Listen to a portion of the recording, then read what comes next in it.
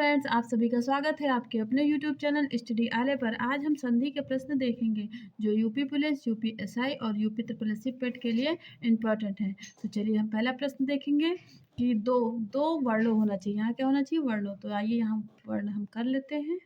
तो वर्णों, तो दो वर्णों के मेल से होने वाले विकार को क्या कहते हैं?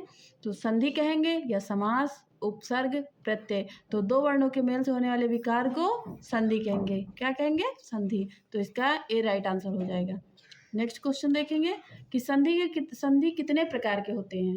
संधि कितने प्रकार के होते हैं? एक या दो, तीन, चार। तो इसका राइट आंसर तीन हो जाएगा। संधि तीन प्रकार के होते हैं। तो संधि तीन प्रकार के होते हैं। कौन कौन से होते हैं ये यहाँ देख लेते हैं। संधि के तीनों प्रकार। तो पहला हो जाएगा, पहले संधि क्या है? स्वर संधि। क्या है? स्वर संधि। और दूसरा व्यंजन संधि। और तीसरा संधि क्या हो जाएगा? विसर्ग। क्या है? विसर्ग। तो संधि के यही तीन प्रकार हैं और जिसमें से इसके भी 5 प्रकार होते हैं। कितने प्रकार होंगे? इसके 5 प्रकार होंगे। स्वर संधि कितने प्रकार के होंगे? 5 प्रकार के। तो संधि 3 प्रकार के होते हैं जिसमें से स्वर संधि 5 प्रकार के होते हैं। आइए नेक्स्ट क्वेश्चन देखेंगे कि दयानंद में प्रयुक्त संधि का नाम क्या है। तो दयानंद में प्रयुक्त संधि क्या हो जाएगी? गुण संधि, दीर्घ संधि, व्यंजन संधि या जड़ संधि। इसका राइट आंसर क्या हो जाएगा? इसका राइट आंसर हो जाएगा ऑप्शन बी हो जाएगा, दीर्घ संधि। क्या हो जाएगा? बी, दीर्घ संधि। दयानंद में दीर्घ संधि होगी। कपीस में प्रयुक्त संधि का नाम है। तो कपीस में क्या हो जाएगा? संधि वृद्धि, दीर्घ, जड़ या विसर्ग। तो इस प्रश्न का राइट आंसर हो जाएगा ऑप्शन बी हो जाएगा, दीर्घ संधि हो जाएगा। कपीस में भी दीर्घ संधि हो जाएगा।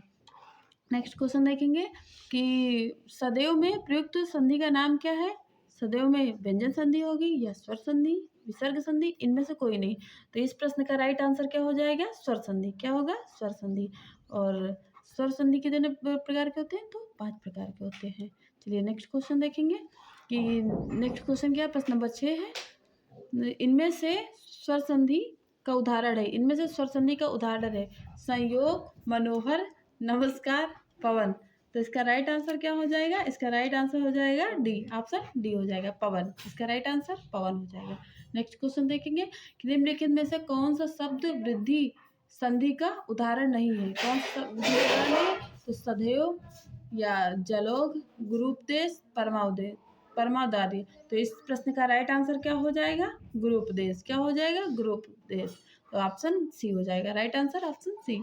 नेक्स्ट देखेंगे कि निम्नलिखित में से दीर्घ संधि युक्त पद कौन सा है। तो दीर्घ संधि युक्त पद हो जाएगा महर्षि या देवेंद्र, सूर्योदय, दैत्यारी। तो इस प्रश्न का राइट आंसर क्या हो जाएगा? दैत्यारी। क्या हो जाएगा? दैत्यारी। ऑप्शन डी हो जाएगा, राइट आंसर डी हो जाएगा।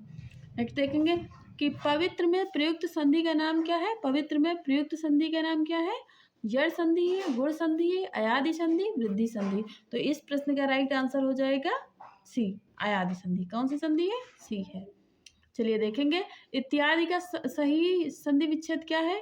इत प्लस यादि, इत प्लस यादि या इत प्लस आदि, इति प्लस आदि। तो इस प्रश्न का राइट आंसर क्या हो जाएगा? डी, इति प्लस आदि हो जाएगा। यानी छोटी ई ता पे छोटी ई की मात्रा होनी चाहिए तभी होगा।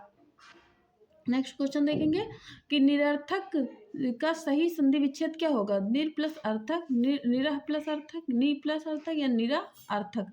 तो इस प्रश्न का राइट आंसर क्या हो जाएगा? सी हो जाएगा, नी प्लस अर्थक। यानी इसमें विसर्ग लगा हुआ है ना, तो ये कौन सी संधि हो जाएगी? विसर्ग संधि हो जाएगी। नेक्स्ट देखेंगे कि धरेश का सही संधि विच्छेद है। तो धरेश का सही संधि विच्छेद क्या होगा?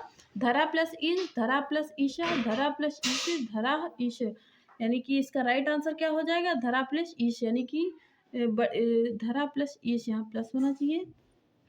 तो राइट आंसर सी हो जाएगा, धरा प्लस ईश।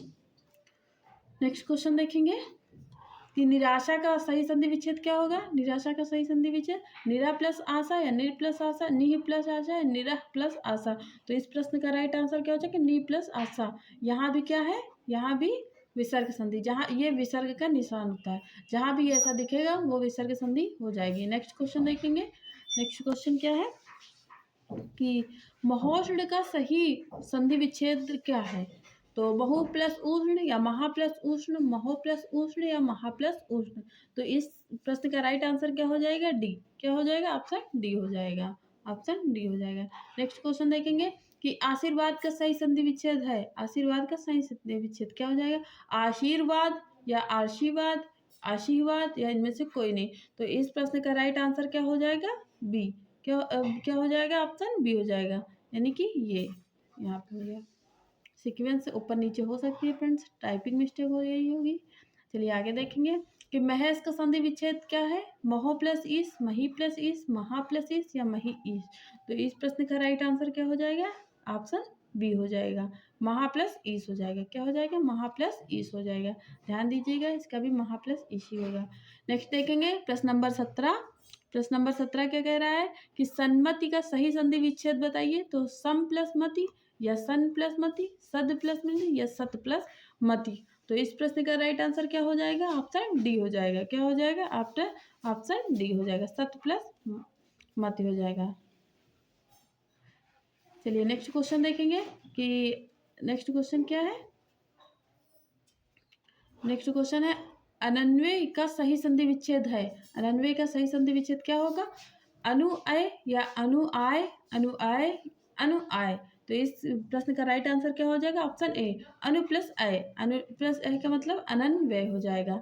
चलिए नेक्स्ट क्वेश्चन देखेंगे कि परोपकार में प्रयुक्त संधि का नाम है। परोपकार में कौन सा संधि है? तो विसर्ग संधि होगा या गुण संधि है, वृद्धि संधि या संधि। तो इस प्रश्न का राइट आंसर गुण संधि हो जाएगा। क्या हो जाएगा फ्रेंड्स? गुण संधि राइट आंसर हो जाएगा। नेक्स्ट क्वेश्चन देखेंगे कि निम्नांकित में से कौन सा शब्द स्वर संधि का उदाहरण है। तो स्वर संधि का उदाहरण यहाँ देखेंगे अधोगति, उच्चारण, दिग्गज या मनवंतर। तो इस प्रश्न का राइट क्या है? स्वर संधि का उदाहरण कौन सा हो जाएगा? तो स्वर संधि का उदाहरण हो जाएगा मनवंतर। क्या हो जाएगा? मनवंतर।